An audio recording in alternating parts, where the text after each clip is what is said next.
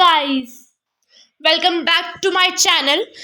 So in the last video we have started the chapter control and coordination, which is chapter number 7 of class 10th NCERT book. So we have completed up to nervous system, up to the brain part, and after that we were on the topic that how these parts like brain and spinal cord are protected. So yeah, protection of brain and spinal cord. Okay, so how brain is protected? Brain is protected by a fluid filled balloon which acts as a shock absorber and is enclosed in cranium. So इसको समझने के लिए हम brain के diagram पर जाते हैं. ठीक है, ये है आपका ब्रेन, प्यारा ब्रेन जहाँ पे आप सब कुछ याद रख सकते हो पेपरों तक नहीं, पेपर के बाद भी आपको याद रहना चाहिए. ठीक है, ये हमारा ब्रेन है. यहाँ पे ये आपका, ये देखिए, ये जो पार्ट है वो आपका ब्रेन है. This is your brain. उसके ऊपर ये जो पार्ट है येलोइश सारा येलो दिख रहा है फोटो में. ये जो ऊपर पार्ट है ना वो है आपका क्रेनियम. क्रेनियम को आप स्कल भी कहते हो, छोटी क्लासेस में इसको स्कल ही कहा जाता है. इन दोनों के बीच में, ब्रेन और स्कल के बीच में ना, एक यहाँ पे फ्लूइड होता है. फ्लूइड बड़ा होता है यहाँ पे. वो आपके ब्रेन को प्रोटेक्ट करने में एक मेजर रोल प्ले करता है. क्योंकि जब भी आपको हेड को ना शॉक लगता है, शॉक लगा शॉक लगा, ठीक है, शॉक लगता है जब भी आपके सिर को, तो वो क्या करता है, उस शॉक को ये वाला जो फ्लूइड है, ठीक है, एब्जॉर्ब कर लेता है और आपके जो ब्रेन है उसको कुछ भी नुकसान नहीं होता. ठीक है, ये आपका जो फ्लूइड है इसको हम कहते क्या है, इसका नाम क्या है वो तो देख लें. हमने कह तो दिया कि एक फ्लूइड होता है, उसका नाम तो पता होना जरूरी है ना. ठीक है, इसका नाम होता है, शॉर्ट फॉर्म है इसके नाम की CBS. ठीक है, CBS, not a CBSE, it is CBS. Okay, इसकी फुल फॉर्म क्या है? इसकी फुल फॉर्म है सर्बोस्पाइनल फ्लूइड. ओके, C से सर और B से बोस्पाइनल, बो, C से सर, B से बो, S से स्पाइनल. ठीक है, सो याद रखना इसको कि क्या नाम है आपके फ्लूइड का जो आपके ब्रेन में भरा हुआ है. कचरा नहीं है, फ्लूइड है. ठीक है, और नेक्स्ट आपकी जो स्पाइनल और जो ब्रेन है उसको वो क्रेनियम से भी प्रोटेक्टेड होता है. क्रेनियम जो आपका ऊपर बोन्स होती है ना, स्कल, ठीक है, जिसको आप स्कल कहते हो, जो क्रेनियम कहते हो, बोनी बॉक्स कहते हो, एक ही चीज़ है. वो क्रेनियम और सर्वोस्पाइनल फ्लूइड दोनों मिलकर आपके ब्रेन को प्रोटेक्ट करते हैं. उसके बाद स्पाइनल कोड को कैसे प्रोटेक्ट किया जाता है? Spinal cord is enclose in vertebral column. जो स्पाइनल कोड है ना वो आपके वर्टेब्रल कॉलम में क्या होती है, एनक्लोज होती है. Suppose that this is your brain, आपका प्यारा ब्रेन, जो कि बना नहीं अच्छे से. मान लीजिए ये आपका ब्रेन है, बन ही नहीं रहा यार. मान लीजिए आपका ब्रेन है. चलो अभी नहीं हम अभी नहीं रेस करेंगे, इससे अच्छा तो शायद ही बन पाए कभी काफ़ी अटेम्प्ट्स में. यहाँ पे मान लीजिए स्पाइनल कोड है, फिर से बनाए स्पाइनल कोड. मान लीजिए this is your spinal cord. ये क्या ना, एक वर्टिब्रल कॉलम में एनक्लोज्ड होती है. मतलब कि यहाँ पे ना एक हड्डियों से कुछ ऐसा कॉलम सा बना होता है, कुछ ऐसे कॉलम सा बना होता है. उसमें क्या होती है, आपकी जो स्पाइनल कोड है वो प्रोटेक्टेड होती है. ठीक है, जो हड्डी आपके ब्रेन को प्रोटेक्ट करती है उसको हम क्रेनियम कह देते हैं. और जो एक हड्डियों का समूह होता है जो आपकी स्पाइनल कोड को प्रोटेक्ट करता है उसको आप क्या देते हो, वर्टेब्रल कॉलम. ओके, अभी हम देखते हैं कि जो एक तो इस वर्टेब्रल कॉलम प्रोटेक्ट करते हैं, और यहाँ पे ना सेम सर्बोस्पाइनल फ्लूइड क्या है, फिल्ड होता है, वो भी आपके ब्रेन स्पाइनल कोड को प्रोटेक्ट करता है. जो सर्बोस्पाइनल फ्लूइड है वो आपके ब्रेन को भी प्रोटेक्ट करता है और आपके स्पाइनल कोड को भी प्रोटेक्ट करता है. और ब्रेन को जो हड्डियाँ प्रोटेक्ट करती है उसको हम क्रेनियम कह देते हैं, और जो स्पाइनल कोड को हड्डी प्रोटेक्ट करती है उनको हम वर्टेब्रल कॉलम कह देते हैं. ठीक है, next is coordination between nervous tissues को हम एक एग्जांपल की हेल्प से समझते हैं. सबसे पहले सेंस ऑर्गन. मान लीजिए यहाँ पे आपका जो सेंस ऑर्गन है वो है आपका थर्मोरिसेप्टर. मतलब कि आपकी स्किन है सेंस ऑर्गन, और जो रिसेप्टर रिसीव कर रहा है इंफॉर्मेशन को वो है आपका थर्मोरिसेप्टर. उसके बाद सेंस ऑर्गन से जो इंफॉर्मेशन सेंट्रल नर्वस सिस्टम तक जाएगी वो कैरी कौन करके लेके जाएगा, उस इंफॉर्मेशन को आपके सेंसरी नर्व कैरी करके लेके जाएगी। सेंसरी नर्व क्या कैरी करेगी कि आपको हुआ क्या है। मान लीजिए आपने एक हॉट ऑब्जेक्ट को क्या किया, टच किया, ठीक है, फिर वो इंफॉर्मेशन रिसीव की अपने आपके थिग्मो रिसेप्टर ने। उसके बाद वो इंफॉर्मेशन रिसीव करने के बाद कि आपने एक हॉट ऑब्जेक्ट को क्या है, टच किया है, वो एक इंफॉर्मेशन है, you have touched a hot object, right. ये इंफॉर्मेशन सेंसरी नर्व जो है वो आपके सेंट्रल नर्वस सिस्टम तक लेके जाएगी। आपको पता है सेंट्रल नर्वस सिस्टम में क्या क्या होता है, एक ब्रेन होता है और एक स्पाइनल कोड होता है। ये हमने पार्ट 1 में पढ़ा था, अगर आपने पार्ट 1 नहीं देखा तो पहले जाके वो देखिए, ठीक है। उसके बाद ये देखना, उसके बाद क्या होता है, जो आपका सेंट्रल नर्वस सिस्टम है उसका फंक्शन क्या होता है, क्या करता है वो। यहाँ पे क्या है, इन्फॉर्मेशन रिसीव होती है और प्रोसेस होती है, मतलब कि इन्फॉर्मेशन को रिसीव कर लेता है कि हाँ मैंने एक हॉट ऑब्जेक्ट को क्या किया, टच किया, उसको प्रोसेस किया जाए, हाँ कि हमने एक हॉट ऑब्जेक्ट को टच किया। उसके बाद प्रोसेस करते हैं कि आपको क्या करना क्या चाहिए। उसके बाद यहाँ पे क्या डिसीजन लिया जाता है कि अभी आपको क्या करना चाहिए। आपको डिसीजन ले लिया कि आपको हाथ ना वापस उठा लेना चाहिए, नहीं आपके छाला हो जाएगा, it will harm your body, ठीक है। उसके बाद वहाँ पे क्या होता है, रिस्पॉन्स जनरेट हो जाता है, ठीक है, रिस्पॉन्स करता है, मतलब कि रिस्पॉन्स जनरेट हो जाता है। आपका रिस्पॉन्स क्या होता है कि आपको हाथ को वापस उठा लेना चाहिए।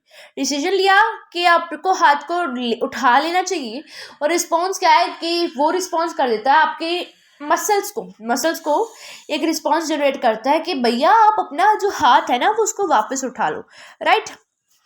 और वो मसल्स क्या करते हैं, फिर मसल्स शॉर्टन हो जाते हैं, मसल्स क्या है, कॉन्ट्रैक्ट हो जाते हैं। जब रिफ्लेक्स आर्क होता है तब आपके मसल्स क्या है, पहले कॉन्ट्रैक्ट होंगे, उसके बाद आपका हाथ उठेगा। पहले आपका डिसीजन लिया जाएगा, उसके बाद आपके पहले मसल्स कॉन्ट्रैक्ट होंगे, उसके बाद आपका हाथ वापस उठेगा, मतलब कि पहले आपके मसल शॉर्टन होंगे। मगर जब आपको वॉलंटरी एक्शन होता है ना, नॉर्मल एक्शन, जब आप हाथ को वैसे उठाते हो नॉर्मली, क्योंकि वॉलंटरी एक्शन है हाथ को उठाना, ठीक है, वैसे उठाते हो तब क्या होता है कि तब आपके जो पहले आप हाथ उठाते हो, पहले आप हाथ उठाने के लिए फोर्स लगाते हो, फोर्स लगाने के बाद आपके मसल शॉर्टन होते हैं। मगर रिफ्लेक्सेशन एक्शन में क्या होता है, आपके पहले जो मसल्स है वो शॉर्टन हो जाएंगे, ओके। उसके बाद यहाँ पे रिस्पॉन्स जनरेट हो जाता है, रिस्पॉन्स कि हाँ हमको हाथ को उठा लेना चाहिए, मसल शॉर्टन हो जाए, ये रिस्पॉन्स, ठीक है। उसके बाद हम हाथ को वापस उठा लेते हैं, और ये क्या है, उसके बाद सेंस ऑर्गन तक कैसे इंटरलेट होगा, ये मसल जो शॉर्टननेस है, मसल की कॉन्ट्रैक्ट होना, वो सेंस ऑर्गन से कैसे इंटररिलेटेड है, वो ऐसे इंटररिलेटेड है कि जब आप हाथ को उठा लोगे तो अब आपके जो सेंस ऑर्गन है उसको रिलीफ मिलेगा, वो अच्छा सही महसूस करेगा, ठीक है। ये था कि हम कैसे ये क्या है, इंटर रिलेटेड है। कोऑर्डिनेशन कैसे है, कोऑर्डिनेशन मतलब कि इंटर रिलेशन क्या है नर्वस टिश्यू के बीच में, ठीक है। ये वो था, आई होप कि आपको समझ आ गया होगा अच्छे से। अभी लिमिटेशंस क्या है, जो नर्वस सिस्टम है उसकी लिमिटेशंस क्या है, ठीक है, उसकी मतलब कि लिमिटेशंस तो होगी, हाँ ये लिमिटेशन देख लेते हैं, इस बाद में पता चल जाएगा आपको कि मैं क्या कहना चाहती हूँ, ठीक है। इलेक्ट्रिकल कम्युनिकेशन मतलब कि इलेक्ट्रिक, हमने देखा था कि जो इन्फॉर्मेशन है वो इलेक्ट्रिक सिग्नल के तौर पे जाती है ना, ठीक है। इस इलेक्ट्रिक कम्युनिकेशन की या नर्वस सिस्टम की क्या लिमिटेशंस हैं, ठीक है। अभी देखते हैं, पढ़ते हैं, क्या जानते हैं क्या लिमिटेशंस हैं। Electrical impulse will reach only to दो cells that are connected by nervous tissue. जो इलेक्ट्रिकल इम्पल्स होगी ना वो सिर्फ वही सेल्स तक जाएगी जो आपके नर्वस टिश्यू से कनेक्टेड होगी। अभी नर्वस टिश्यू से कौन सी सेल्स कनेक्टेड होते हैं, जो आपके रिसेप्टर्स पर प्रेजेंट होंगे, आपकी स्किन पर प्रेजेंट होंगे, जो आपकी आइज में प्रेजेंट होंगे, जो आपके ईयर्स में प्रेजेंट होंगे, ठीक है, जो आपकी टंग पे प्रेजेंट होंगे, जो आपके सेंस ऑर्गन्स पे प्रेजेंट होंगे, वही सेल्स क्या होते हैं आपके नर्वस टिश्यू के साथ कनेक्टेड होंगे, राइट। मगर जो सेल्स आपके नर्वस टिश्यू के साथ कनेक्टेड होंगे ही नहीं, वहां पे इलेक्ट्रिकल इम्पल्स जनरेट होगी क्या, no it will not generate over there, okay. तो फिर वहां तक सिग्नल वगैरह नहीं जाएगा, ये सब कम्युनिकेशन का काम नहीं हो पाएगा, ठीक है। तो वो आप नहीं डिसीजन नहीं लेते, मतलब कि आप कर नहीं सकते जो आप करना चाहते हो, ठीक है। उसके बाद जनरेशन और ट्रांसमिशन के बाद, after generation and transmission of an electrical impulse the cells takes some time to reset its mechanism before transmitting another impulse, so cells can not continuously create and transmit impulse. अब ये line कहना क्या चाहती है, कहना क्या चाहते हो रे भाई, कहना क्या चाहती है ये line? This line want to say कि जब आपने एक बार हाथ ऑब्जेक्ट पे लगाया, गलती से लग गया, उसके बाद आपका सिग्नल वगैरह सब जनरेट हुआ सेंसरी नर्व से, रीले न्यूरॉन से मोटर न्यूरॉन, उसके बाद इफेक्टर तक, उसके बाद हाथ आपका इफेक्टर शॉर्टन हो गया, मसल शॉर्टन हो गया, आपका हाथ वापस उठा लिया। मगर फिर से जब आप साथ के साथ ही ना, मतलब कि जब भी आपने हाथ उठाया तभी के तभी 1 सेकेंड भी नहीं लगा, आपने फिर से हॉट ऑब्जेक्ट पे हाथ लगा लिया, तो फिर इस बार ना ये सब प्रोसेसिंग नहीं होगी, आपका हाथ वहीं पे लगा रहेगा। आप जब तक आप सोचकर उस हाथ को नहीं उठा लेते तब तक आपका हाथ हॉट ऑब्जेक्ट पर लगा रहेगा, क्योंकि ये जो है आपका इलेक्ट्रिकल इम्पल्स वाला मैकेनिज्म है ना, वो फास्ट टाइम वर्क करता है। मतलब कि एक बार फर्स्ट टाइम आपका बहुत ज़्यादा फास्ट वर्क करेगा, मगर सेकेंड टाइम जब आप साथ के साथ तभी क्या है दूसरा सिग्नल आ जाता है ना, तो फिर उसको ना रीसेट होने में ना, जब एक बार डिसीजन ले लिया उसने तो उसको रीसेट होने में कुछ टाइम लगता है। और अगर उस टाइम के अंदर अंदर आपका फिर से ज़रूरत हो कि आपको जल्दी से डिसीजन रिफ्लेक्स एक्शन की फिर से ज़रूरत हो, तो वो नहीं पूरी हो पाती। ठीक है, आई होप कि आप समझ गए होंगे। Plants do not have any nervous system, ये एक बहुत ही बड़ी लिमिटेशन है कि प्लांट्स के बाद ना कोई भी प्लांट्स के पास नर्वस सिस्टम नहीं होता, फिर भी वो लिविंग ऑर्गेनिजम्स है ना, है कि नहीं, है ना? ठीक है, तो फिर उनमें ये सब होता कैसे है, कैसे वो प्लांट्स ग्रो वगैरह करते हैं, कैसे सब प्लांट्स में टेक प्लेस करता है। ठीक है, ये हम जानते हैं। नेक्स्ट टॉपिक में जानते हैं जिसका नाम है कोऑर्डिनेशन इन प्लांट्स, के प्लांट्स में कोऑर्डिनेशन होती कैसे है। ठीक है, ये हम इसमें देखते हैं। कोऑर्डिनेशन है वो 2 टाइप का होता है। ठीक है, मतलब कि जो प्लांट्स की जो भी मूवमेंट होती है वो 2 टाइप की होती है, एक तो इंडिपेंडेंट ऑफ ग्रोथ होती है, एक और डिपेंडेंट ऑफ ग्रोथ होती है। मतलब कि एक तो जो आपकी ग्रोथ पर डिपेंडेंट नहीं है, ठीक है, ग्रोथ पर डिपेंडेंट नहीं है, और जो ग्रोथ पर डिपेंडेंट है, 2 तरह की मूवमेंट होती है। इसको हम और डिटेल में आगे पढ़ते हैं कि होता क्या है। सबसे पहले इंडिपेंडेंट ऑफ ग्रोथ की बात करते हैं, right. Immediate response to stimulus, जो मूवमेंट, जो प्लांट्स की मूवमेंट ग्रोथ पर डिपेंडेंट नहीं होती, मतलब कि कोई प्लांट में मूवमेंट हो रही है प्लांट में, मगर ग्रोथ नहीं हो रही ना उस तरीके से, कोई प्लांट की उस मूवमेंट में कोई ग्रोथ नहीं हो रही। ठीक है, उसको वो जो है मूवमेंट होगी वो इंडिपेंडेंट ऑफ ग्रोथ होगी। फॉर एग्जाम्पल मैं आपको बताती हूँ कि ग्रोथ वाली की एग्जांपल बताती हूँ। जो सनफ्लावर है, जिस दिशा में ना सूर्य जाता है उस दिशा में उसका मुख हो जाता है, वो उसकी एक तरह ग्रोथ हो रही है। Growth in the sense means कि तब वो खुल रहा है, तब आपका सनफ्लावर जो है वो खुल रहा है, तो वो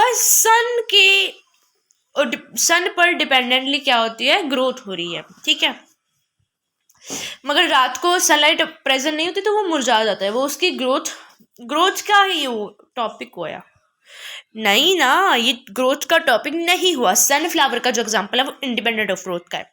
ये आप बहुत अच्छा एग्जांपल था कि आप जब सन होता है जिस दिशा में ना, उस दिशा में सनफ्लावर का मुख हो जाता है, मगर उस दिशा में सनफ्लावर ग्रो तो नहीं करता। ठीक है, इन द सेंस मीन्स वो प्लांट उस दिशा में ग्रो कर सकता है, मगर हम सिर्फ सनफ्लावर की बात कर रहे हैं। We are not only talking about the flower, not about the whole plant. यहाँ पे जो सनफ्लावर है उस दिशा तरफ अपना मुख जो है वो कर लेता है, तो वो क्या है, किसी भी तरह डिपेंडेंट नहीं होता ग्रोथ पे, मतलब कि यहाँ पे ग्रोथ नहीं हो रही, तो growth is not taking place over here. ठीक है, मगर यहाँ पे एक और चीज़ है, ये क्या है, इमीडिएटली रिस्पॉन्स नहीं करता। तो देखिए, जो इंडिपेंडेंट ऑफ ग्रोथ मूवमेंट्स होती है जो प्लांट्स में जो ग्रोथ पर डिपेंड नहीं करती, उनमें क्या होता है, स्टिमुलस को इमीडिएटली रिस्पॉन्स किया जाता है। इसका बहुत अच्छा एग्जांपल है इंडिपेंडेंट ऑफ ग्रोथ का छुई मुई प्लांट का एग्जांपल है।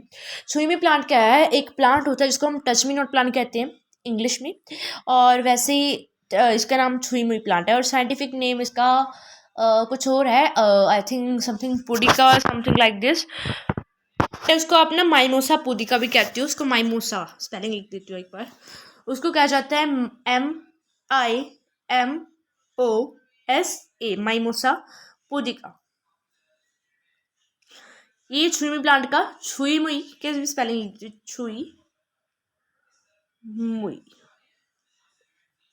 ये क्या है, माइमोसा पुडिका क्या है, छुईमी प्लांट का ही नेम है।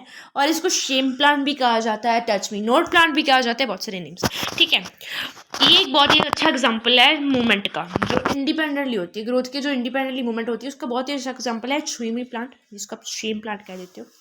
वहाँ पे क्या होता है, जब भी आप उसको ना टच करने की कोशिश करते हो, जब भी आप अपना जो फिंगर है उसके पास लेके जाते हो उसको टच करने के लिए, वो कहते हैं सिंगुड़ जाता है, इकट्ठा हो जाता है।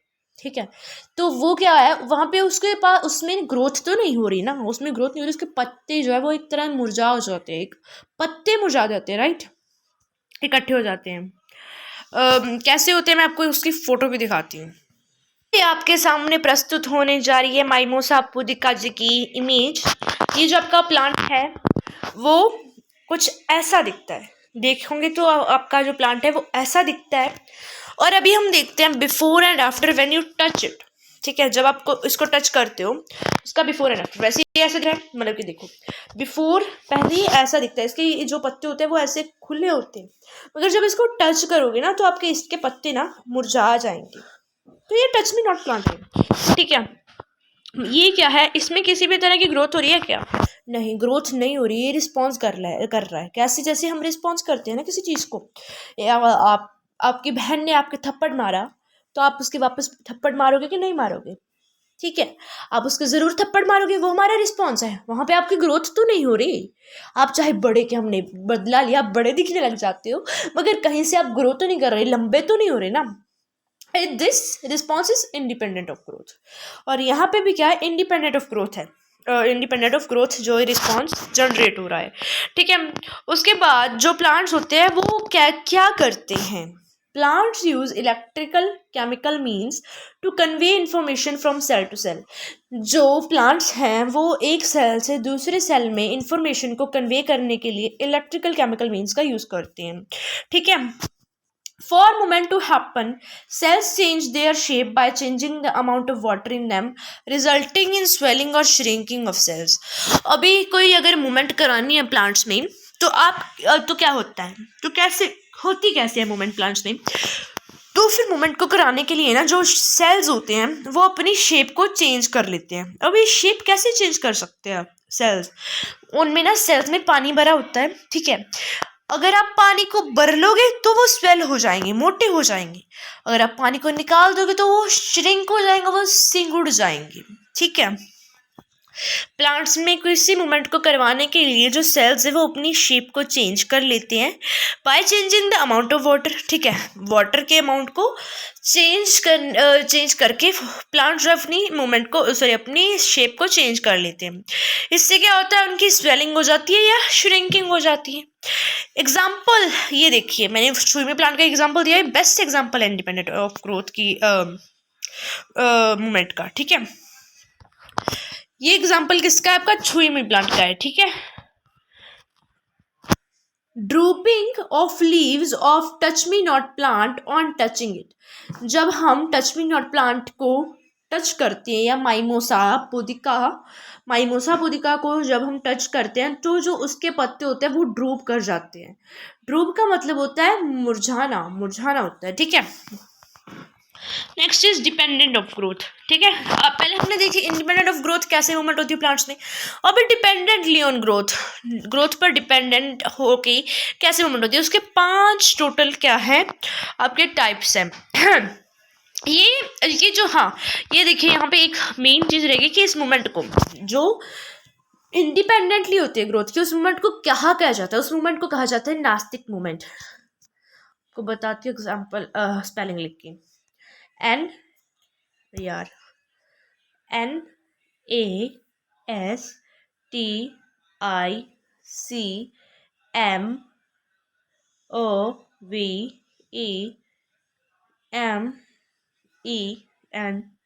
ठीक है, जो ग्रोथ पर डिपेंडेंट नहीं होती मूवमेंट उसको कहा जाता है नास्तिक मूवमेंट। ओके, और जो ग्रोथ पर डिपेंडेंट होती है उसको क्या कहा जाता है वो अभी हम आगे देखने वाले हैं।